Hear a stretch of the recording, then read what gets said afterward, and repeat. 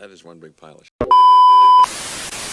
One day before John Cena's retirement, the eve of the farewell of one of professional wrestling's last true superstars, and he's not even here. It gets better. Not even his opponent, Gunther, has got anything going on for the show. No last-minute hype, no final heat-building segment between these two, nothing. You can't see John Cena. His time has been cancelled. Earlier this month, Big Match John revealed he originally wanted to work a near full-time final year this year. And wouldn't you know, resident saboteur of stars bigger than himself, Triple Nose, penciled him in for the flimsy part-time run he's done instead.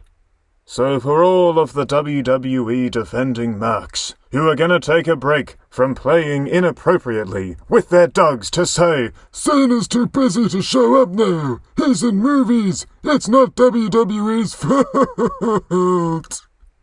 Wrong! It is. In fact, believe it or not, this whole year has been about making John Cena look bad. From the nonsensical heel turn that tainted his resident superhero character to another miserable squash at the hands of Brock Lesnar, to the humiliation ritual of Survivor Series, selling a beatdown from a few divas and Dominepo mid-stereo. Even with the 17th world title win, ultimately John Cena is leaving with some bloom off the rose of the popular nostalgia act he's become in recent years. You see, John Cena, much like Roman Reigns, another guy who has been time and again stripped of his aura and kayfabe credibility under the watchful sniff of Triple Nose, is a real leading star. Prime John Cena, charismatic, handsome, likable, good talker. He became the lead star of WWE because Vince McMahon and company believed in him at that level. John Cena never had to say, marry into Vince McMahon's family to remain prominent, or quietly seethe about always being second fiddle to top babyfaces because he just would not, could not, did not have their level of star power and presence. And now that Triple Nose has graduated from wasting half the show with his boring "the fact is, in this business" promos, to destroying the product with his old man half-wit ideas and chat GPT booking, he gets the sick pleasure of punishing and embarrassing these top stars fans like way more than they ever liked him. What utter nonsense! When Ric Flair did his retirement run in 2007 and 2008, in the week leading up to what was meant to be his final match at Wrestlemania 24, he was everywhere. That week, he was on every show WWE ran. His final week, and he was everywhere. John Cena, on the other hand, barely apparent for his own farewell. Instead, we get some more kayfabe-busting nonsense, as per usual, this time with wrestlers harping on about the advice he'd given them over the years. To which I have to ask, where oh where was, say, Alex Riley in that talk? How about the eunuch, formerly known as Tyler Rex? How about JTG? Give us the dirty deets, the good stuff, damn it! Anyways, this episode of SmackDown, this show, right off the bat, is utterly pointless, because it's not even building further to the main event of the show it's meant to be hyping up. This is not a review, by the way. This show was garbage. It is sports entertainment for butts, and butts alone, and an insult to true wrestling fans and followers worldwide. Some notes, though, for you anyway. Here we go. The US Championship is now the 205 Live 2.0 Championship, apparently. Ilya Disgusting Neck Tattoo is holding the belt hostage, and while his matches with Gunther in NXT were some of the best wrestling matches of this decade thus far, that was before this demonic piece of grey infection about the throat took hold of him. That's for life, you know. There's no coming back from that. When his wrestling career winds down, oof. Good luck getting that job at Kmart with that thing choking you forever. Anyways, he's feuding with #GAY. Carmanlet Hayes is involved. This is a Munchkin Man feud. I'm taller than all of these guys, and so are you, probably. This is Manlet City. Work rate, nonsense. We went from guys like LA Knight and Jacob Fatu rocking this belt to yet more of Triple H's fetish for short twunks. And look, to be reasonable, obviously the action bell-to-bell here between Dragunov and Ciampa was very strong. They're good athletes who paced the match very nicely and filled it with neatly executed action. But that's it. That's all there is here. The Terror Twins. Pretty good babyface act. Last year. No one cares now. Damian Priest has been completely stripped of any appeal he managed to build up for himself last year. Last year, he was just about cutting Man of the People babyface promos after he lost the world title, and believe it or not, it was actually working. Crowds were supporting him. This year, he's just a nice mid-card guy who doesn't believe in winning the big one all that much, seemingly. We are Whipwee as well. Last year, massively over. This year, boring and stale, with a disgusting, abusive attitude towards fans. You know, the only reason she's not flipping burgers. And trying to start up an OnlyFans in Adelaide right now. How dare you all want to meet me?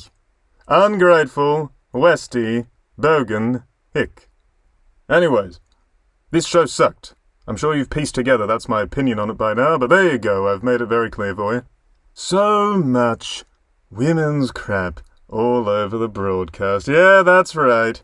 Some of us are a bit tired of the filler women's division trying to hijack a men's show.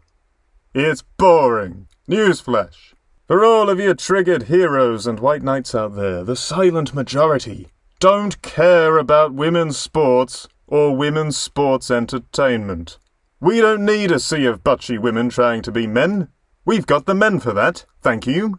And to be very clear, I am not from Dagestan or something, okay? I'm all for women being on the show, of course, just in a better way. A pre-PG way. The glory days of the Attitude Era and the Ruthless Aggression Era. Give us regular average men what we want. Women we could never have in reality, competing in bikini contests, damn it! Less CrossFit, more lingerie, you know what I mean? Oh, and speaking of that, actually, the Terror Twits' opponents this week, so apparently Karrion Kross and Scarlett shrunk in the wash. If you wanted a boring, spooky couple to chat nonsense, why did you fire them? Kross at least kind of looks and talks like a star, and Scarlett falls under the umbrella of the kind of female talent I was just longing for a minute or less ago. Sure, Kross is dull as dishwater between the ropes, but as characters, fans actually liked those two for a bit this year. They both clearly had some mileage left in them when they got cut. These two, though, their replacements, I guess you could say, little kickboxing hipster Aleister Black, trying to be Hot Topic Bray Wyatt, and Zelina Vega, a woman who constantly forgets her personality at home before heading to this show. What utter tosspot, codswallop, boulder dash malarkey nonsense this all was. And the match itself was seemingly a celebration of mistiming and butchery. The great Randy Savage used to lay out and rehearse his matches ahead of time. That is why so many of them are flawless works of art that haven't aged a day. I guess this lot were too busy taking selfies on Instagram and busting kayfabe on their little X and Blue Sky pages, or whatever the hell it is they do now, to bother with all of that hard work, though. Anyways. Dear oh dear.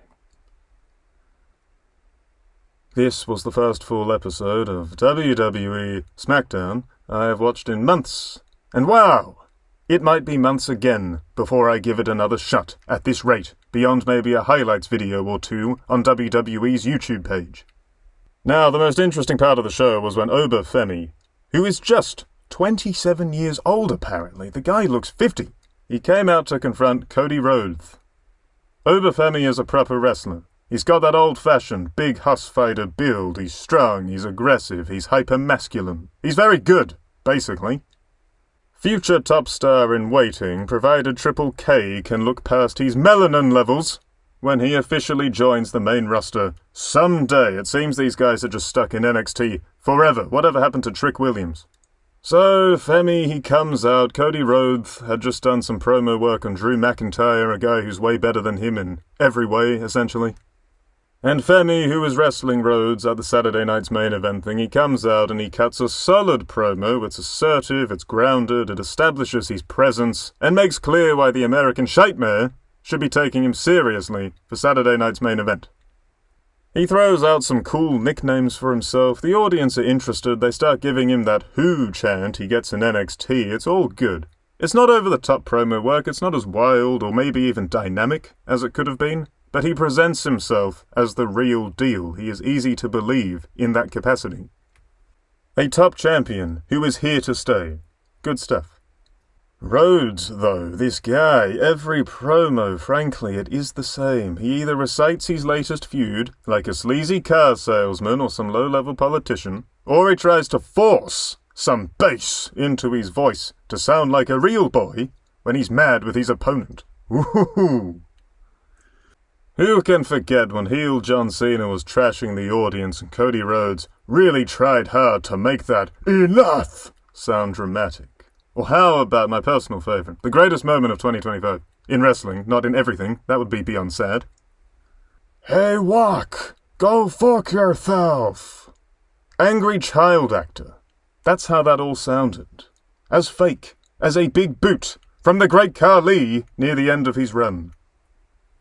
And here was no different. Ober Femi throws in a cheeky little reference to John Cena at the end of his promo. Rhodes tries to smarten up and look serious. He's about to try and big Ober.